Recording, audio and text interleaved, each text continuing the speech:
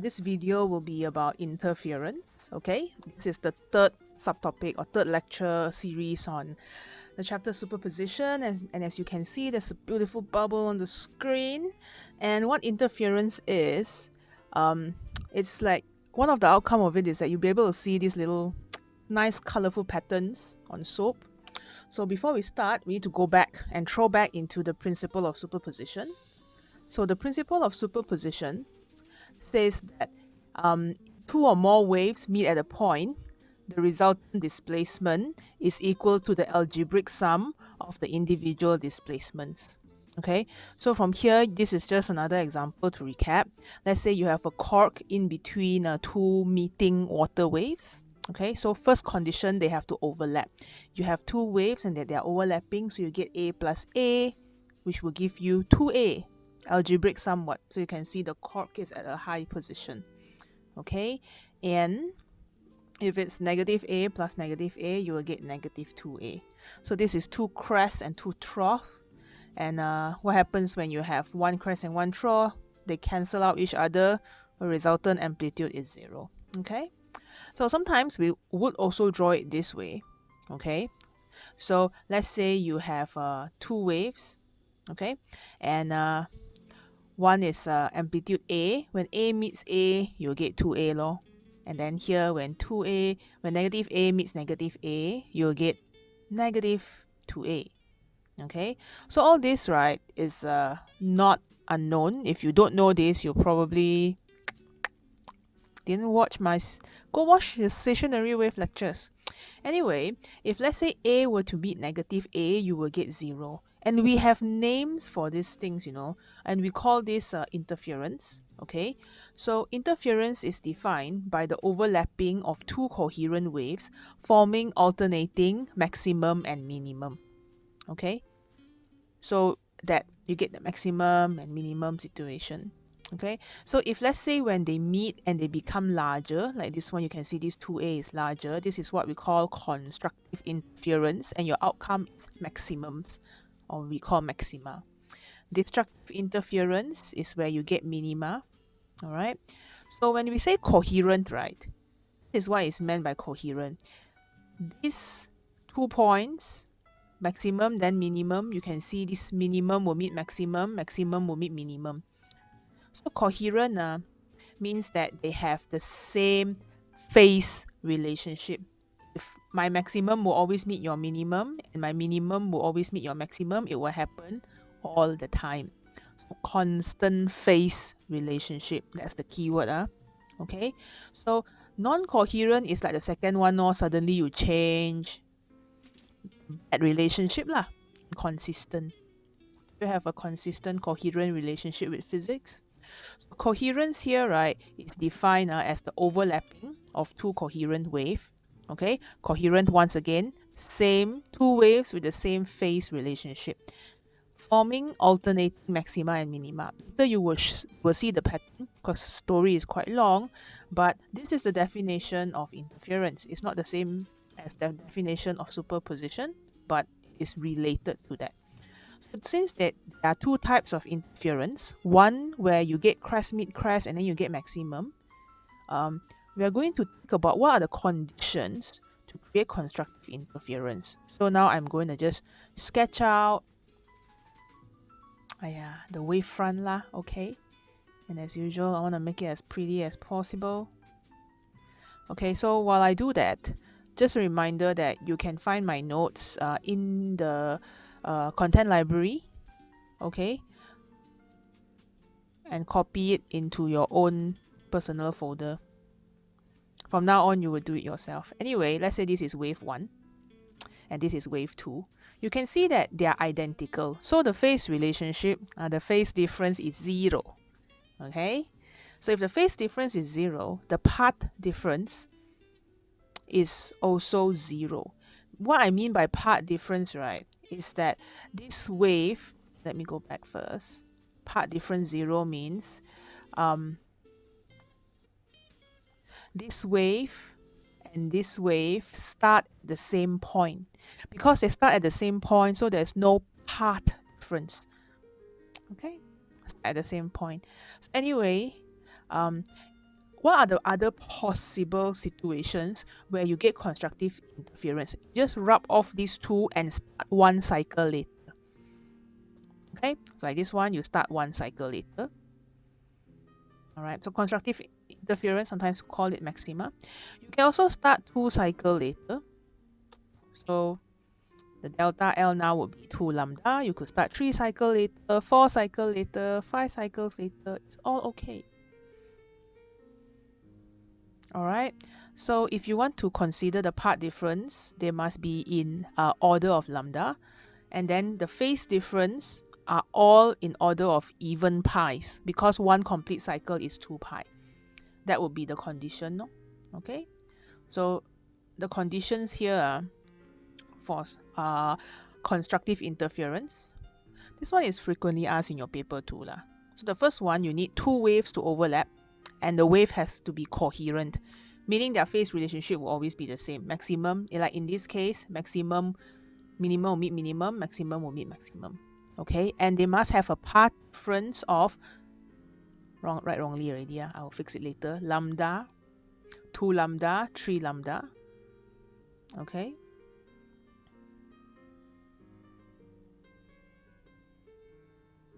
So this kind of thing generally don't memorize lah. You can visualize, then you can write already. So the phase difference for this one, for lambda is 1 complete cycle. So then this one will be 2 pi. Alright. So then your path length, if you want to write a general equation, is n lambda. Okay. And your n would be 0, 1, 2, ... 3, 4, 5. And then the phase difference will be 2n pi. Okay. Because 2 pi, 4 pi, 6 pi. General equation for even progression lah, my friends. Anyway, let's think about destructive interference. What would wave 2 need to look like to destruct with wave 1? Okay. It's like your noise cancelling earphones lah. They cancel out the noise by creating an opposite wave. Okay, so like right now I'm creating opposite waves, but this is still a consistent phase relationship because minimum will meet maximum, maximum meet minimum, minimum meet maximum, maximum meet minimum, and so on and so forth. So you will notice that in the beginning, right, the phase difference between these two, or the part difference between these two, is half a cycle. So between wave 1 and wave 2, the part difference is lambda over 2, or half a cycle, which is pi. Alright? And if you're going to look at this next one, it would be 1.5 cycle or 3 pi. And the next one would be 2.5 cycle or 5 pi. So basically, there's a difference of half a cycle between destructive and constructive. Alright? So again, all these I'm comparing. All these are options for constructive interference, okay? These are two. There are 2 or 2, whichever wave 2 is, doesn't matter. Can be either one. Alright. So now we can also like write out the general conditions. Okay, you can see a progression here. This is an arithmetic progression. Alright, destructive interference is also known as minima. Also known as, for light, it will be dark. For sound wave, it will be soft sound or... Okay. So the conditions for destructive interference. Number 1, you still need 2 coherent waves overlapping. Because if my maximum always meet your minimum, then we cancel out all. Alright. Okay, so this one is with a phase difference of, you can see all the odd pi's. Okay, so this one is pi, 3 pi, 5 pi. Anyway, this one also will have a part difference of half cycles. So lambda over 2, 3 lambda over 2, 5 lambda over 2, 7 lambda over 2, ... You want to write the general equation, that will be 2n minus 1 pi, where n is 1, 2, 3. Okay, and then this one will be 2n minus 1 times lambda over 2.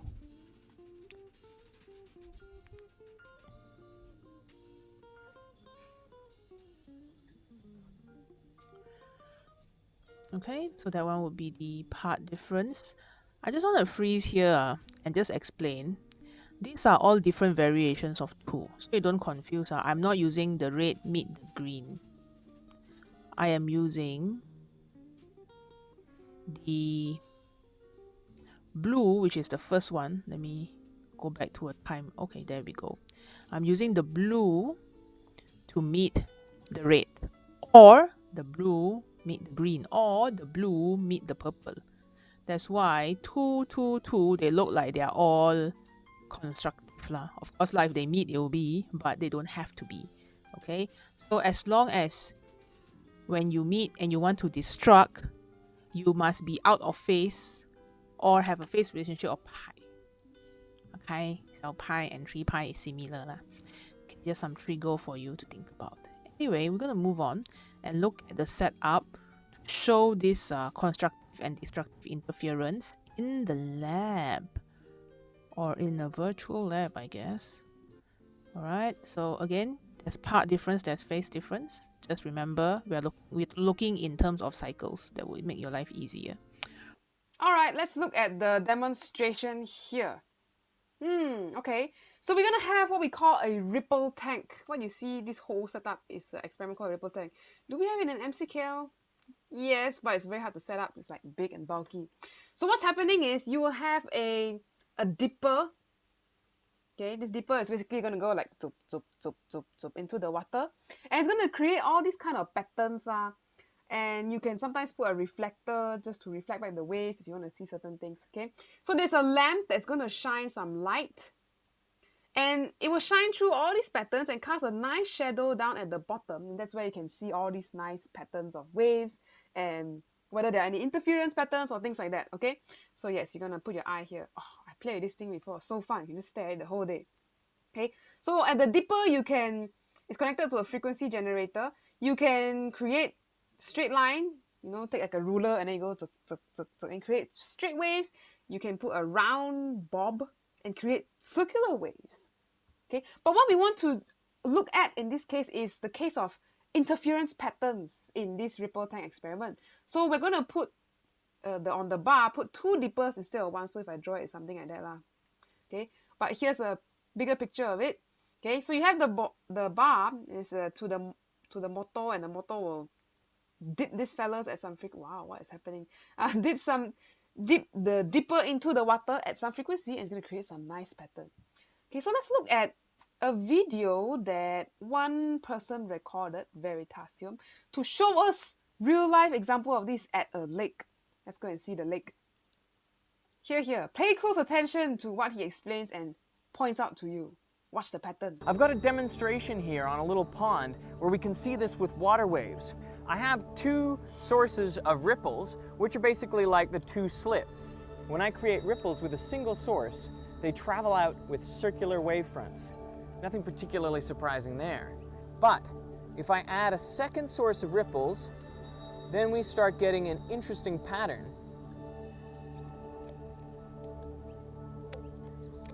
This pattern is created by the ripples from the 2 sources interacting with each other. Where they meet up peaks with peaks and troughs with troughs, the amplitude of the wave is increased.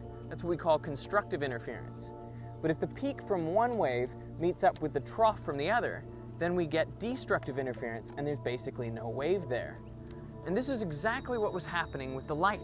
When the light from one slit met up peaks with peaks and troughs with troughs, they constructively interfered and produced a bright spot. But if the trough from the wave from one slit met up with the peak of the wave from the other slit, they would destructively interfere and you wouldn't see any light there. Okay, so I'm going to pause there because it's going on to talk about light already. We will talk about light eventually, okay? But we're going to look at water first. So what he's talking about is 2 sources of waves. In this case, that's 2 dippers that he literally used his hand and go plop, plop, plop, plop, plop, and start dipping into them. And you see this very nice pattern here, okay? And he talked about some interesting lines here. Okay, I want to see what those lines are all about. There's another simulation. You can try that. It's also in the link below. It's basically the same thing lah, but you get to choose your frequency and see how things change. Yes. So, what is that pattern? Okay, let's break it down a little bit. From the top, if you look at the leg, there's two wave sources, S1, S2 down there at the bottom. Okay, but you will see two waves spread out. But then when they overlap, they form this interference pattern, which is very interesting. Okay, so I want you to take note. The blue color one is crest. Do you remember what crest is? Okay, you got a wave. On top is crest. Bottom is trough. I don't know how to pronounce it. I always pronounce it different way. Okay, trough is all black color. Okay, so it's up, down, up, down, up, down. And at the places where the crest meet the crest, so you see where blue meets blue. Say here, for example. Okay, blue meets blue. So that's constructive interference. Because remember, we talked about this earlier. If you have one wave meet another amplitude, then what do you get? Double the height. Wow. So that's constructive interference. Or you have negative amplitude meet another negative amplitude, then that's double the negative amplitude. That's all the idea about constructive interference. So here, if you notice, blue meets blue. Wow, very good. Then here, black meets black. Okay. Blue meets blue again. Black meets black. It's basically constructive interference all along this line. See, this is constructive interference all along this line. And we call this the antinodal line. Not antinode line, antinodal line. So this is where you have maximum positive and maximum negative, which is called constructive interference. Okay? And there's also other places. You have another one right here. Another antinode line, you see? If you look from here, blue meets blue, black meets black, blue meets blue, black meets black, okay? Blue and blue, black and black. That's all constructive. And now how about the destructive part? Now, destructive interference is when a crest meets a trough. And then you get what? Zero, flat. So no wave there. So where do those destructive ones occur? Let's mark it in red. You look where blue meets black. So that's this X here, this X here. Blue meets black, blue and black, blue and black. All along this line, you form like if you plot this thing, you can make this dotted line called the nodal line. All along this line, you will have, well, destructive interference here. Another nodal line. Okay, so that's the idea of it lah. Okay, there's lines and things like that. Now, if you go back to the picture, okay, there will be exam questions that will ask you to describe these things. We'll look at this in the example, the short example video after this one. Okay, so they say, oh, you see this nice, I cannot see my cursor. Anyway, you see these nice lines? Those are your nodal lines. There's no ripples there, but everywhere else you get very big ripples. Oh, those are where constructive interference occurs. Okay, there's not really a space for this in your handout to write because it's kind of a foundation before we go to light waves, because light waves is a lot in CIE, but for now it's okay. So a sneak peek of light waves. What if I say these are not water source? What if I say this is a light source, two light sources, two coherent light sources in phase, and I put a screen here, okay, then we will see some kind of funny pattern than what the guy talked about in the video.